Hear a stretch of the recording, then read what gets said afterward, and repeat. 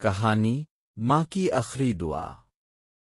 احمد ایک غریب مگر محنتی نوجوان تھا جو ایک فیکٹری میں کام کرتا تھا۔ اس کی ماں بیمار تھی اور وہ دن رات محنت کر کے اس کے علاج کے پیسے جوڑنے کی کوشش کرتا تھا۔ احمد کا خواب تھا کہ وہ اپنی ماں کو اچھی زندگی دے، مگر غربت اس کی راہ میں رکاوٹ تھی۔ ایک دن احمد کو فیکٹری سے نکال دیا گیا۔ اس کے پاس کوئی اور ذریعہ معاش نہیں تھا، اور ماں کی طبیعت دن با دن بگڑ رہی تھی۔ وہ در در کام کی تلاش میں پھرتا رہا، مگر کہیں نوکری نہ ملی۔ جب وہ مایوس ہو کر گھر لوٹا تو دیکھا کہ اس کی ماں دعا مانگ رہی تھی، اللہ میرے بیٹے کی مشکلات آسان کر دے، میں نہیں چاہتی کہ میری بیماری اس کے لیے بوجھ بنے۔ احمد بہت رویا مگر اس نے ہمت نہیں ہاری۔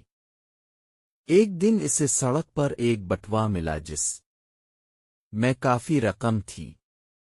وہ چاہتا تو یہ پیسے لے کر اپنی ماں کا علاج کروا سکتا تھا، مگر اس کا ضمیر اسے اجازت نہیں دے رہا تھا۔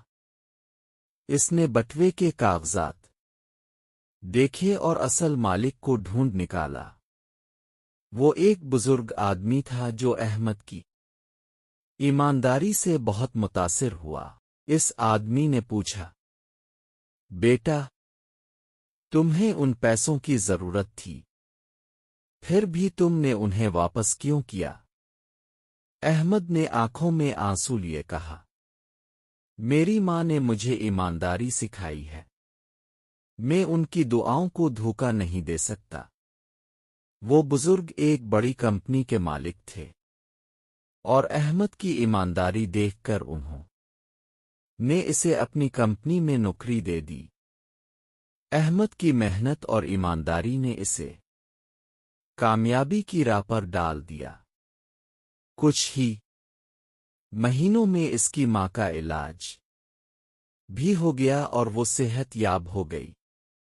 احمد کی ماں نے اسے گلے لگایا اور کہا، بیٹا میں نے ہمیشہ دعا کی تھی کہ تم ایک نیک اور کامیاب انسان بنو، اور آج میری دعا قبول ہو گئی۔